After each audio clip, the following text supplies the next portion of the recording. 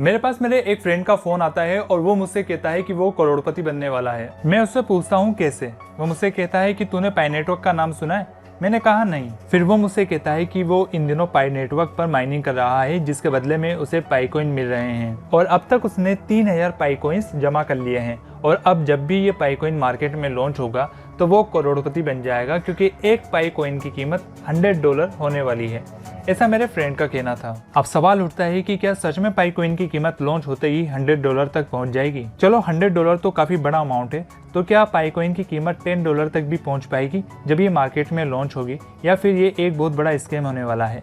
चलिए पता करते हैं। साल 2018 स्टैनफोर्ड यूनिवर्सिटी के दो छात्र निकोलस और चेन डियाओ पाई नेटवर्क पर काम करना शुरू करते हैं। 14 मार्च 2019 को ये दोनों फाइनली एक व्हाइट पेपर रिलीज करते हैं, जिसमें बताया गया होता है कि उन्होंने पाई नेटवर्क के जरिए कौन कौन सी प्रॉब्लम सोल्व की है और साथ ही ये पाई नेटवर्क को भी लॉन्च कर देते हैं। अब पाई नेटवर्क ऐप काम कैसे करती है? तो यहाँ आपको सिंपली इस ऐप में साइन अप करके इसे डेली ओपन करना होता है और डेली आपको इस लाइटनिंग बटन पर क्लिक करना होता है। अब ये जो प्रोसेस मैंने आपको बताई है, जिसमें इस बटन पर क्लिक करना होता है हर 24 घंटे बाद, तो इस प्रोसेस को पाई नेटवर्क द्वारा माइनिंग बोला जा रहा है। तो चलिए अब समझते हैं माइनिंग क्या होती है। मैं आपको एक उदाहरण से समझाता हूँ। अमेरिका में रहने वाला 24 साल का लड़का अमन, जिसके पास 100 बिटकॉइन है। अब उसके पास एक कॉल आता है इंडिया से, जो कि उसकी फैमिली का होता है, जिनकी फाइनेंशियल कंडीशन काफी खराब थी, इसलिए उन्हें कुछ पैसे चाहिए थे। तो अमन उनसे कहता है कि तुम परेशान मत हो, मैं तुम्हें एक बिटकॉइन भेजता हूँ। अब अगर आप लोगों को पता हो तो एक बिटकॉइन की कीमत अभी के टाइम पर लाखों में है। तो अमन एक बिटकॉइन अमेरिका से उसकी फैमिली को भेजता है, लेकिन ये जो एक बिटकॉइन है ये अमन की फैमिली के पास जाने से पहले माइनर्स के पास जाता है, जो इस ट्रांजेक्शन को कंफर्म करते हैं उनके पास जो कॉस्टली कंप्यूटर होते हैं उसके जरिए। फिर उसके बाद ये जो एक बिटकॉइन है वो अमन की फैमिली तक पहुँचता है।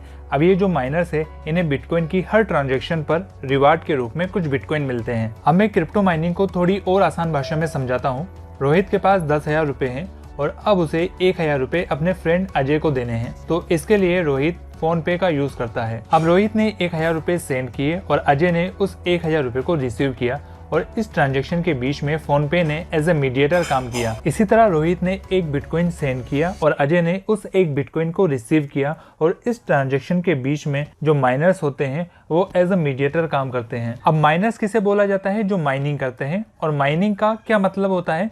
जिसमें ट्रांजैक्शन को वेरीफाई किया जाता है। और ये करता कौन है? जिनके पास ऐसे कंप्यूटर हो जिसमें 1 से 1.5 लाख रुपए के ग्राफिक कार्ड लगे हुए हो। आई होप आपके माइंड में ये क्लियर हो चुका होगा कि ये माइनिंग होता क्या है। तो चलिए अब हम आते हैं फिर से पाई नेटवर्क की माइनिंग पर। अब क्योंकि पाई नेटवर्क मार्केट में लॉन्च नहीं हुई है अभी तक, तो इसलिए पाई नेटवर्क में किसी भी तरह का ट्रांजेक्शन अभी होना पॉसिबल ही नहीं है। तो अगर दो लोगों के बीच में पाई कॉइन का अगर ट्रांजेक्शन ही नहीं हो रहा है तो यहाँ माइनिंग करने वालों की जरूरत भी नहीं है। तो आप जो पाई नेटवर्क से पाई कॉइन कमा रहे हो वो माइनिंग करके तो नहीं कमा रहे हो। इस बात को वापस से समझो, क्योंकि आपका कॉन्सेप्ट क्लियर होना काफी जरूरी है ताकि आप गलत जगह पर टाइम वेस्ट ना करो। अब जैसे कि आपको थोड़ा बहुत क्लियर हो चुका है कि अगर एक पर्सन दूसरे पर्सन को बिटकॉइन सेंड करता है तो इसे क्या बोला जाता है कि दो पर्सन के बीच ट्रांजैक्शन हुई है। और क्रिप्टो करेंसी में जहां ट्रांजैक्शन होती है वहां आ जाते हैं माइनर्स। तो अगर पाई कॉइन की अभी तक एक भी ट्रांजैक्शन नहीं हो रही है तो बिना ट्रांजैक्शन के माइनर्स की जरूरत कैसे पड़ गई? यानी कि आप पाई नेटवर्क पर माइनिंग तो नहीं कर रहे हो। इतना कॉन्सेप्ट तो आपका क्लियर हो चुका होगा।